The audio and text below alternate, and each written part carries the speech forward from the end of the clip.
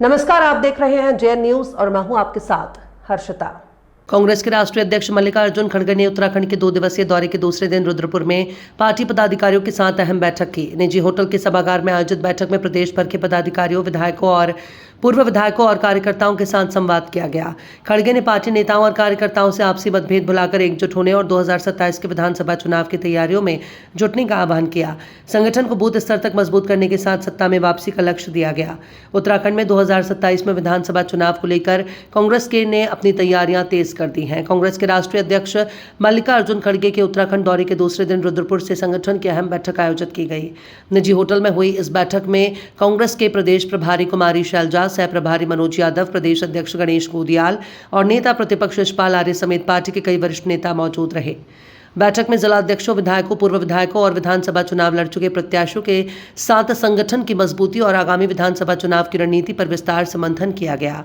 कांग्रेस के राष्ट्रीय अध्यक्ष खड़गे ने पार्टी नेताओं और कार्यकर्ताओं को आपसी मतभेद भुलाकर एकजुट होकर चुनावी मैदान में उतरने का संदेश दिया। उन्होंने संगठन को बूथ स्तर तक मजबूत करने और कार्यकर्ताओं को जनता के बीच सक्रिय रहने पर जोर दिया। बैठक में कांग्रेस ने 2027 के विधानसभा चुनाव में सत्ता में वापसी के लक्ष्य को लेकर रणनीति तैयार करने पर जोर दिया। पार्टी नेतृत्व ने कार्यकर्ताओं से अभी से चुनाव की तैयारियों में जुटने और संगठन को मजबूत करने का आह्वान किया। कांग्रेस नेताओं का कहना है कि आने वाला विधानसभा चुनाव संगठन की एकजुटता और जमीनी स्तर पर कार्यकर्ताओं की सक्रियता के दम पर लड़ा जाएगा। सर, आज आपने कांग्रेस की बैठक ली है, सर, क्या कुछ रहा और किस तरह से सर उत्तराखंड का आगामी 27 अब शैलजा जी आपको ब्रीफ करेंगे।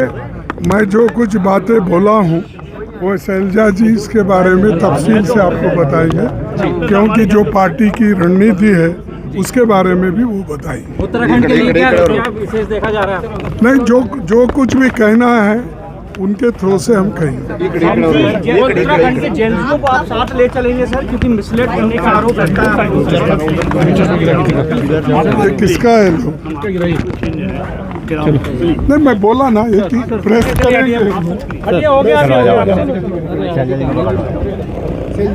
हुआ है। इससे पहले राहुल जी आए थे और छात्रों की गूंज कार्यक्रम बेहद सफल कार्यक्रम रहा और अब 2 दिवसीय दौरा रहा हमारे राष्ट्रीय अध्यक्ष जी का और हमारे वर्कर्स में भी और आम लोगों में भी एक नई ऊर्जा आई है, बहुत उत्साह आया है और सबके मन में अब यही है कि हम पार्टी के लिए जमीन पर काम करें। हमारे वर्कर्स बेहद खुश हैं और सब अब काम करने को तैयार हैं। हमारी नई बॉडीज बननी है, मेहनत होगी, हम जीतेंगे। इस प्रदेश में राजनीतिक बदलाव का आधार इससे पूर्व हुए कार्यक्रम में हमारे नेता आदरणीय राहुल गांधी जी रख गए हैं। उस आधार को और मजबूती देने के लिए हमारे राष्ट्रीय अध्यक्ष माननीय खड़गे जी आज भी यहाँ हैं, कल भी यहाँ थे। कल एक विशाल रैली आप लोगों ने देखी कि किस प्रकार से हल्द्वानी में इतनी बड़ी एक रैली का आयोजन किया। लोगों के इस जुनून से ये पता चलता है कि लोग परिवर्तन का मन बना चुके हैं और उस परिवर्तन के बने हुए मन में जिस प्रकार से उन विचारों को सींचने का काम हमारे राष्ट्रीय अध्यक्ष जी ने किया, ये समझिए कि इस परिवर्तन पर मोहर लग गई है। सर, क्या गृह मंत्री दिए उत्तराखंड के लिए आप लोगों को? हमारे देखिए, कल शाम को बैठक थी, उस बैठक में उन्होंने अपने संघर्ष, बचपन के संघर्ष और उसके बाद राजनीतिक संघर्ष के उदाहरणों के साथ हमें जो नसीहत दी, हम गदगद हैं। भाव विभोर होकर उनके दिए गए वचनों को हम दिशा निर्देशक पंक्तियों के रूप में अंगीकार करते हुए हम 2027 में इस प्रदेश में बदलाव लाएंगे। क्या अभी जो मुद्दे होंगे? पीसीसी की बैठक है, एक्सटेंडेड पीसीसी की बैठक है। मतलब एक्सटेंडेड पीसीसी का मतलब है कि पीसीसी की बैठक में सभी जिलाध्यक्ष भी आमंत्रित हैं और सीनियर लीडर्स भी आमंत्रित हैं। तो ये एक्सटेंडेड पीसीसी की बैठक है और निश्चित रूप में इस बैठक में भी वो जो हम लोगों को अपने आशीर्वचन देंगे उससे हम लाभ लेते हुए आगे बढ़ेंगे। 2027 में क्या किस तरह का मंत्र दिया और किस तरह पार्टी कार्यकर्ताओं में? देखिए, हमारे नेता